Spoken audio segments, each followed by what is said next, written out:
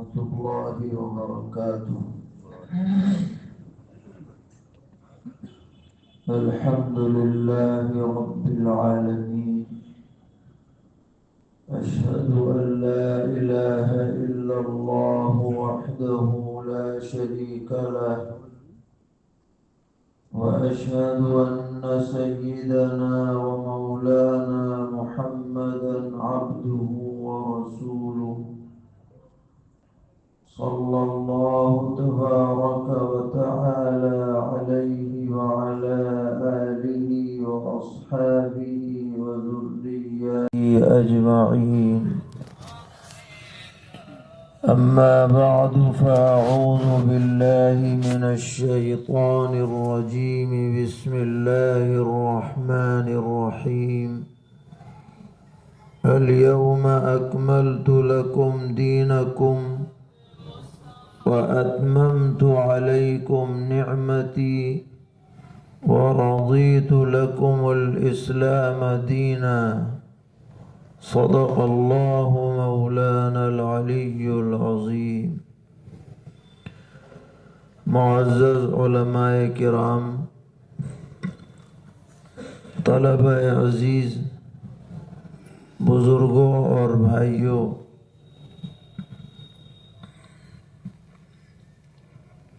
اس وقت ہم لوگ ایک خاص فکر لے کر جمع ہوئے ہیں، اور وہ فکر یہ ہے کہ مسلم معاشرے میں جو گمراہ کن عقائد و نظریات رائج کرنے کی کوششیں ہو رہی ہیں، ان پر کیسے روک لگائی جائے، اور دشمنان اسلام کی طرف سے اسلام کو کمزور کرنے کی جو مسلسل سازشیں مختلف انداز میں ہوتی رہتی ہیں، ان کا دفاع کیسے کیا جائے، یہ آج کی اس مجلس کا اصل موضوع ہے۔ تو اس سلسلے میں سب سے پہلی بات تو یہ ہے کہ ہمارے اندر دینی غیرت و حمیت پائی جانی چاہیے، بے حسی نہ ہو کہ بھائی کچھ بھی ہوتا رہے، ہم سے کیا مطلب ہے۔ یہ لاپرواہی اور اندیکھی ہمارے منصب کو زیب نہیں دیتی۔ اللہ نے جو منصب ہمیں عطا کیا ہے، حامل علوم نبوت کا یہ منصب ہے، یہ منصب ہمیں ذمہ دار بناتا ہے کہ جہاں بھی کوئی بات خلاف شریعت، کوئی نظریہ، کوئی فکر، کوئی عمل سامنے آئے تو ہم اندر سے بے چین ہو جائیں۔ یہ بے چینی جب پیدا ہوگی تو ہمارے اندر اسپرٹ آئے گی اور ہم مقابلے کے لیے تیار ہوں گے۔ تو سب سے پہلی چیز ہمارے اندر حمیت کا پیدا ہونا ہے۔ اگر عالم دین میں دینی حمیت نہیں ہے تو وہ آدمی ناقص ہے، وہ اپنی ذمہ داری یا تو سمجھ نہیں رہا ہے یا پوری نہیں کر رہا ہے۔ حمیت اگر پیدا ہو جائے گی تو انشاءاللہ ہمارے سامنے کوئی بھی غلط تحریک پنپنے میں کامیاب نہیں ہوگی۔ اگر ہمارے اندر حمیت صحیح معنی میں پیدا ہو جائے۔ دوسری چیز ہے کہ حمیت پیدا ہونے کے بعد جس طرح کا فتنہ سامنے آ رہا ہے اس کے بارے میں ہمیں صحیح معلومات ہونی چاہیے۔ ایک تو یہ کہ ان کا کیا نظریہ ہے، کیا عقیدہ ہے، ان کی بنیادی غلطیاں کیا ہیں، اور پھر اس کے جواب میں ہمیں کیا صحیح بات کہنی ہے۔ اگر یہ دو باتیں ہمیں پتہ نہ ہوں تو ہم مقابلہ نہیں کر سکتے۔ معلومات لازم ہیں۔ اگر آپ کچے علم کے ساتھ کسی باطل فرقے کے فرد سے گفتگو کریں گے تو آپ خود کنفیوز ہو جائیں گے۔ پہلے ہمیں علمی اعتبار سے پختہ ہونا پڑے گا، مطالعہ کرنا پڑے گا۔ خالی تقریروں سے جواب نہیں ہوتا ہے ان چیزوں کا۔ جو باطل فرقے کا آدمی شک شبہ پیدا کر دے اور سننے والا اس سے متاثر ہو جائے اور اس کا شک اس کے دل میں جاگزیں ہو جائے تو مضبوط دلیل کے بغیر وہ شک دل سے ختم نہیں ہو سکتا ہے۔ اس لیے ہمارے علماء کو اچھی تیاری رکھنی چاہیے۔ جس فرقے کے مقابلے کے لیے کھڑا ہونا ہے اس فرقے کی اصل باتوں کا جاننا اور اصل باتوں کا جواب جاننا یہ لازم اور ضروری ہے۔ اس کے لیے تیاری ہونی چاہیے، اور ہمارے مدارس میں محاضرات ہوتے ہیں یا مناظرے کی انجمنیں ہوتی ہیں یا اور مختلف انداز میں تیاریاں ہوتی ہیں، ان کا منشا بھی یہی ہے۔ تو ہم آپ سے یہ درخواست کریں گے کہ جو بنیادی باتیں ہیں ان کے متعلق لٹریچر ہمارے پاس مہیا ہونا چاہیے، خاص طور پر ائمہ کرام کے پاس،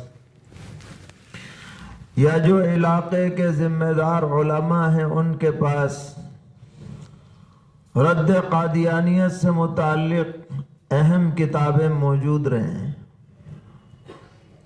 رد شکیلیت پر بھی کتابیں چھپ گئی ہیں، وہ بھی رہیں۔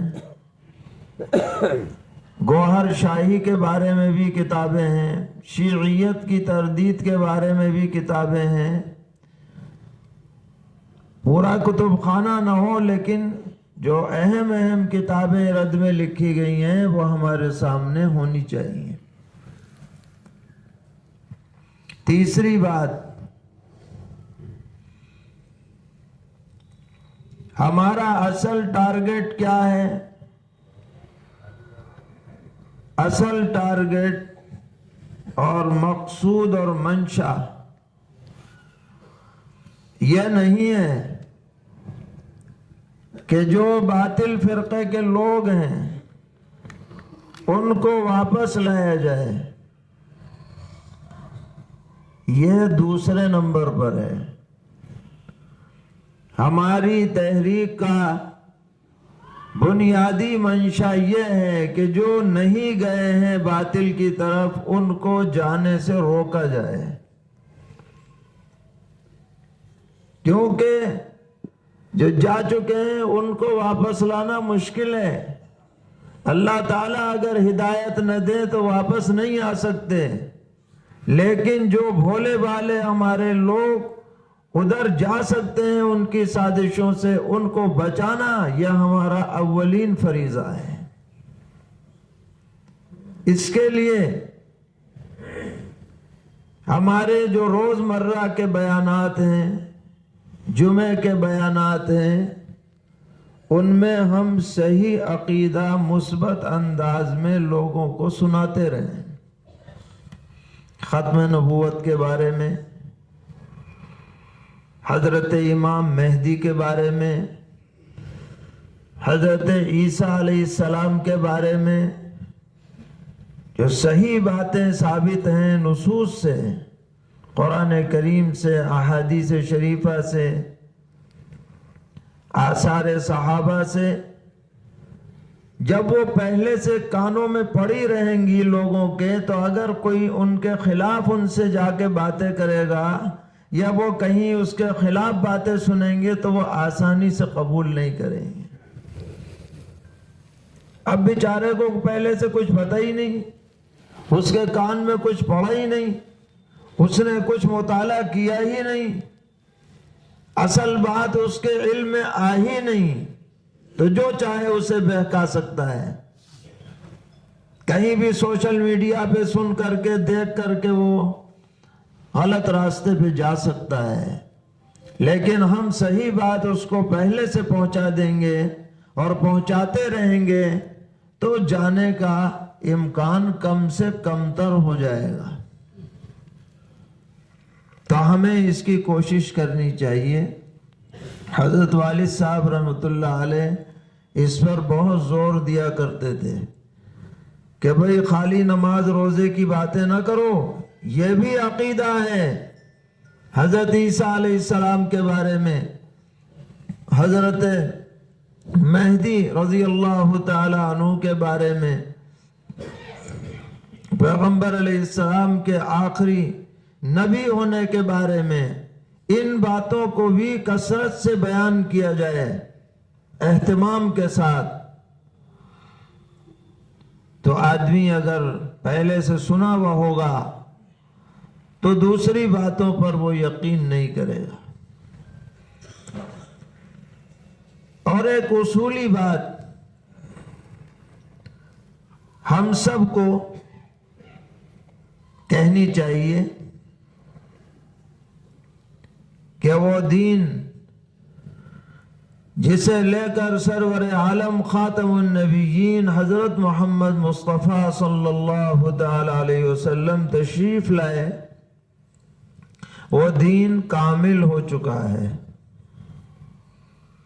اس میں اب انگلی رکھنے کی گنجائش نہیں رہی۔ نبی اکرم صلی اللہ تعالی علیہ وسلم نے اپنی مثال دی ہے کہ جیسے کوئی ایک عمارت پوری تیار ہو اور اس میں ایک اینٹ لگنی رہ گئی ہو اور پھر وہ اینٹ لگا دی جائے تو میں ہی وہ آخری اینٹ ہوں۔ اس پر نبوت کی عمارت مکمل ہو جائے گی اور ہو گئی ہے۔ اب دین کی بنیادی باتوں میں کوئی اضافہ یا کمی کی کوئی گنجائش نہیں ہے، اس لیے کہ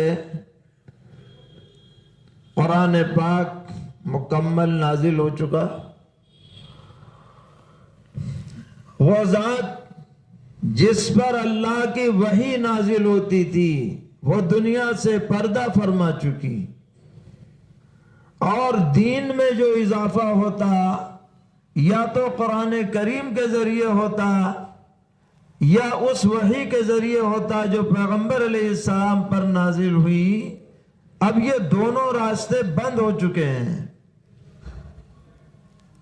جب دونوں راستے بند ہیں تو اب دین میں کسی ایک عقیدے کا بھی اضافہ نہیں ہو سکتا، اور یہی وجہ ہے کہ اہل سنت والجماعت کا یہ پختہ عقیدہ ہے کہ نبی کے علاوہ کسی کی ذات معصوم نہیں ہے۔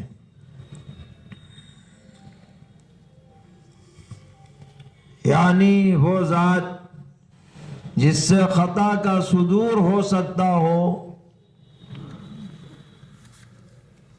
نبی کے علاوہ تو ہو سکتی ہے، نبی نہیں ہے، نبی سے خطا کا صدور نہیں ہوتا۔ ان کی ذات مشعل راہ ہے 100%،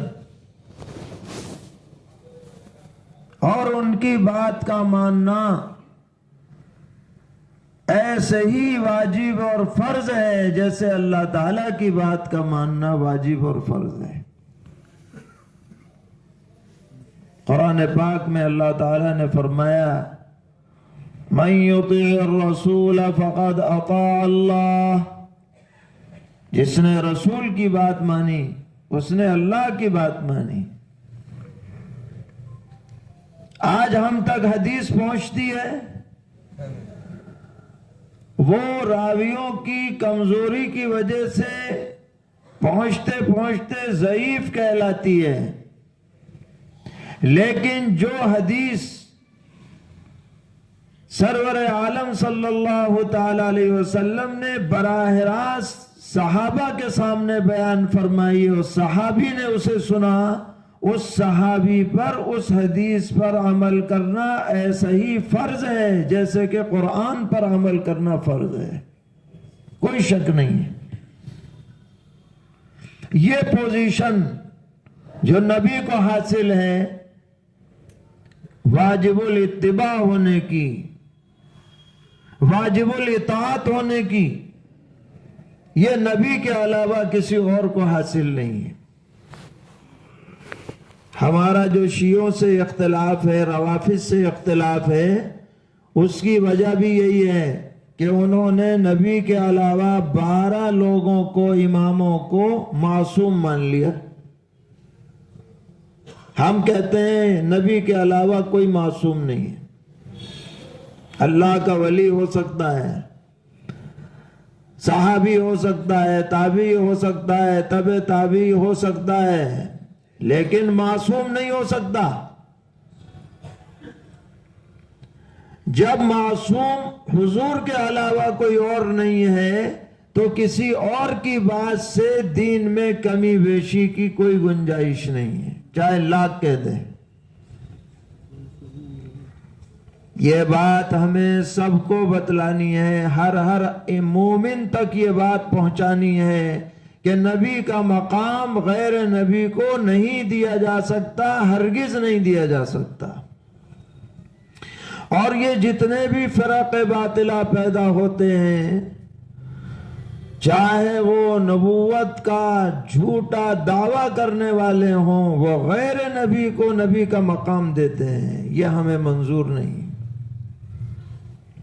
یہ ایک جذباتی بات ہے، آپ ایک مومن کے سامنے جب اسے اچھی طرح بیان کریں گے تو وہ غیر کو ہرگز قبول نہیں کر سکتا۔ ایسے ہی آج کل جو شکیلی فتنہ ہے، اس کے ماننے والے شکیل کو واجب الاتباع مان رہے ہیں، اور شکیل کی ساری بکواس کو جو قرآن و حدیث کے خلاف ہے اسے لوگوں میں رائج کرنے کی کوشش کر رہے ہیں۔ یہ بھی گویا کہ دین میں کمی اور زیادتی کرنے والے ہیں، یہ کمی زیادتی ہرگز منظور نہیں ہے۔ یہی حال گوہر شاہیوں کا ہے، یہی حال مہدویوں کا ہے کہ انہوں نے اپنے مقتدا کو وہ حیثیت دے رکھی ہے جو اللہ تعالیٰ نے نبی کو دی ہے۔ یہ حیثیت امت قبول نہیں کر سکتی، کیونکہ یہ جو نبوت کا مقام ہے یہ کسی محنت سے، مجاہدے سے حاصل نہیں ہو سکتا ہے کہ بھائی راتوں کو عبادت کر لو، چلہ کھینچ لو اور یہاں پہنچ جاؤ، نبی بن جاؤ۔ یہ تو صرف اور صرف اللہ کی عطا پر منحصر ہے۔ اللہ اعلم حیث یجعل رسالتہ،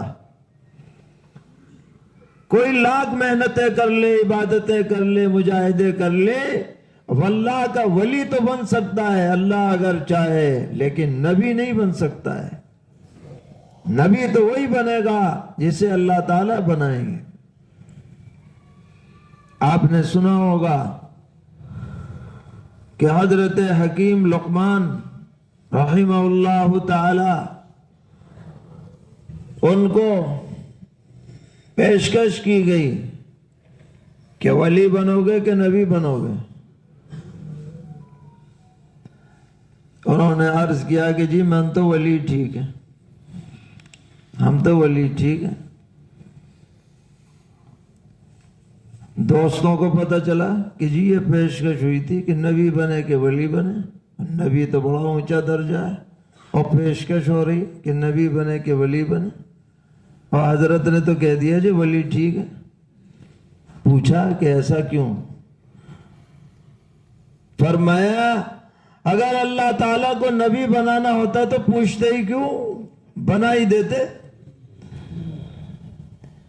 اللہ تعالیٰ اگر نبی بنائے تو کیا پہلے سے پوچھا جاتا ہے کہ تمہیں نبی بنانا ہے، تم بنو گے کہ نہیں بنو گے؟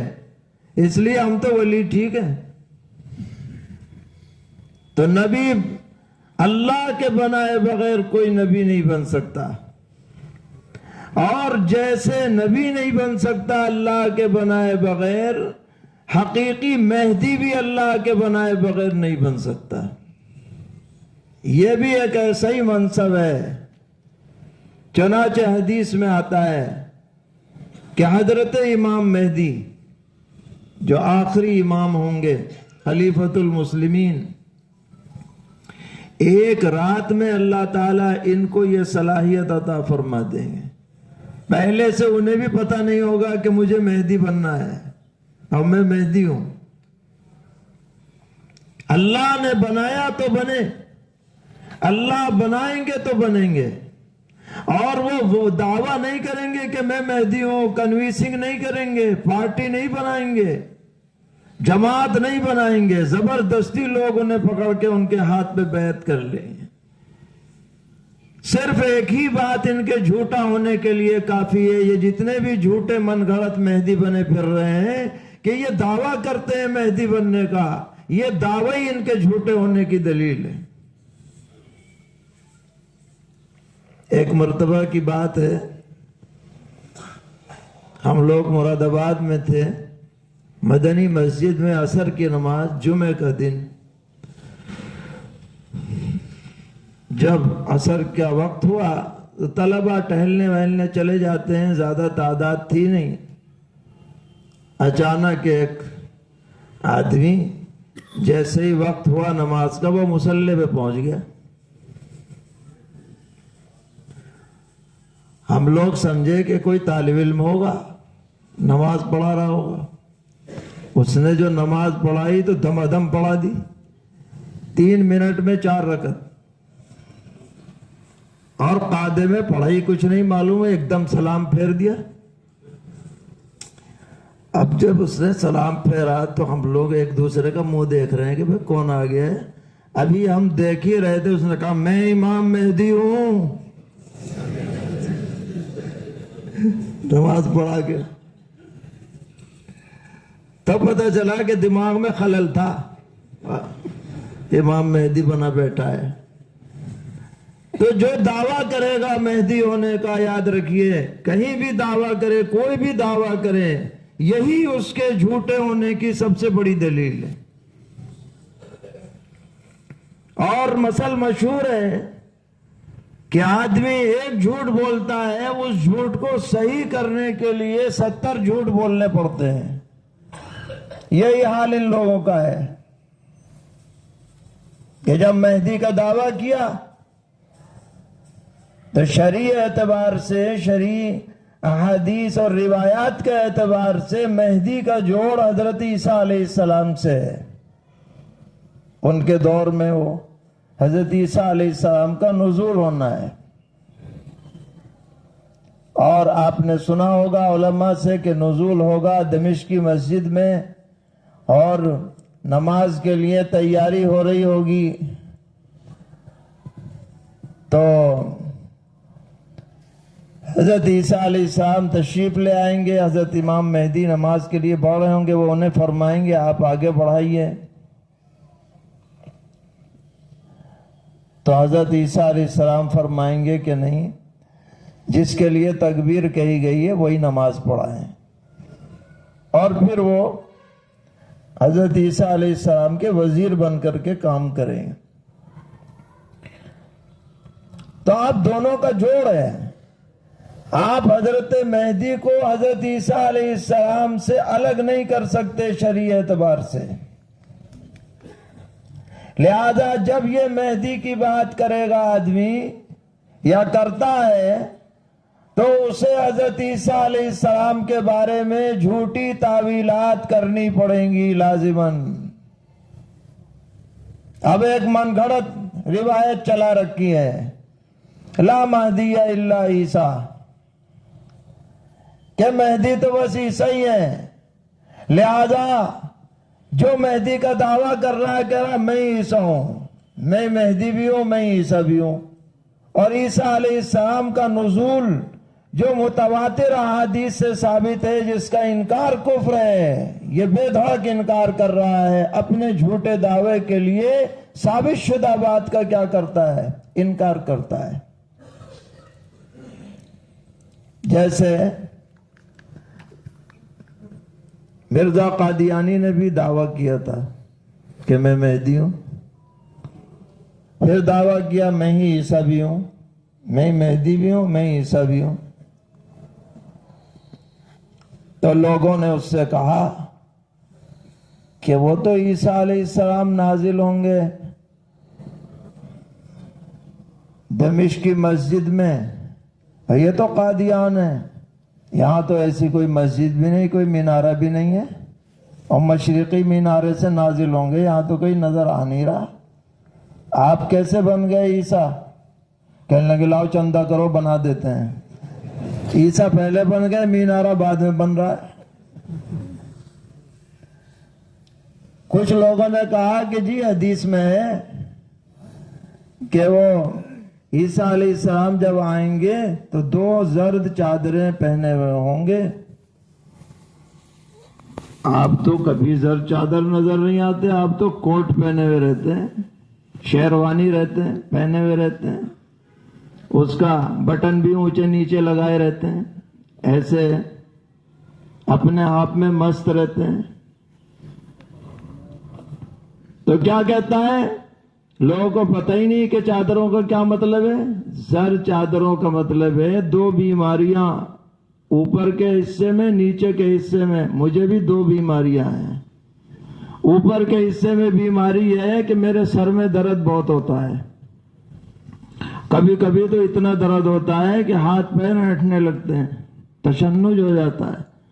اور نیچے کی بیماری یہ ہے کہ ایک ایک دن میں 100 مرتبہ پیشاب آتا ہے۔ یہ مراد ہے زر چادروں سے۔ تو حضرت مولانا منظور چنیوٹی صاحب رحمۃ اللہ علیہ جب یہ سناتے تھے یہ بات اس کی، تو کہتے تھے کہ جناب مرزا کیا ہوا، میونسپلٹی کا ٹینک ہو گیا چھڑکاؤ کرنے والا۔ اور فرماتے تھے کہ اللہ تعالیٰ نے کسی نبی کو ایسی بیماری میں مبتلا نہیں فرمایا جو اس کے لیے باعث عیب ہو۔ اس کا یہ اقرار کرنا کہ مجھے 100 مرتبہ پیشاب آتا ہے، یہی اس کے جھوٹے ہونے کی کیا ہے؟ دلیل ہے۔ ایک غلط بات کو کا دعویٰ کر کے 70 صحیح باتوں کو غلط تعویل کرنے کی یہ لوگ کوشش کرتے ہیں۔ تو بہرحال ہمیں تو یہی توجہ دلانی ہے کہ ہمارے اندر ایک حمیت ہونی چاہیے، صحیح دین کو لوگوں میں برقرار رکھنے کے لیے، غلط باتوں کی تردید کے لیے مطالعہ ہونا چاہیے، معلومات ہونی چاہیے، لٹریچر ہمارے پاس کیا ہے ہونا چاہیے، اور ہمارے بیانات میں صحیح باتیں امت کے سامنے آنی چاہیے، تاکہ جو غلط چیزیں پھیلائی جائیں ان سے امت کو دور رکھا جا سکے۔ ماشاءاللہ آپ حضرات نے اس سلسلے میں یہ اقدام کیا ہے، امید ہے کہ آئندہ بھی یہ محنتیں جاری رہیں گی اور ہم سب لوگ صحیح فکر پر، صراط مستقیم پر، راہ حق پر گامزن رہیں گے۔ دارالعلوم دیوبند ہمیشہ سے احقاق حق اور ابطال باطل کا کام پوری قوت سے انجام دیتا رہا ہے، بلا خوف لومۃ لائم۔ بہت سے لوگوں کو یہ بات بری لگتی ہے کہ بھئی آپ جو ہیں تردید کیوں کرتے ہیں؟ تو ہم یہ کہا کرتے ہیں کہ دنیا میں باطل کی تردید کے بغیر حق نکھر نہیں سکتا ہے۔ جب تک غلط کو غلط نہ کہا جائے، حق کو حق قرار نہیں دیا جا سکتا۔ اس لیے باطل باتوں سے کوئی کمپرومائز، کوئی مصالحت، کوئی مداہنت اس میں نہیں ہونی چاہیے۔ جو سچ ہے وہ سچ ہے، جو غلط ہے وہ غلط ہے۔ یہ جذبہ ہمارے اندر ہو۔ اللہ تعالی ہم سب کو توفیق عطا فرمائیں اور صحیح فکر سے نوازیں، امت کو صحیح راستے پر قائم رکھیں۔ وصلی اللہ تعالی علی خیر خلقہ محمد وعلی آلہ واصحابہ وذریاتہ اجمعین۔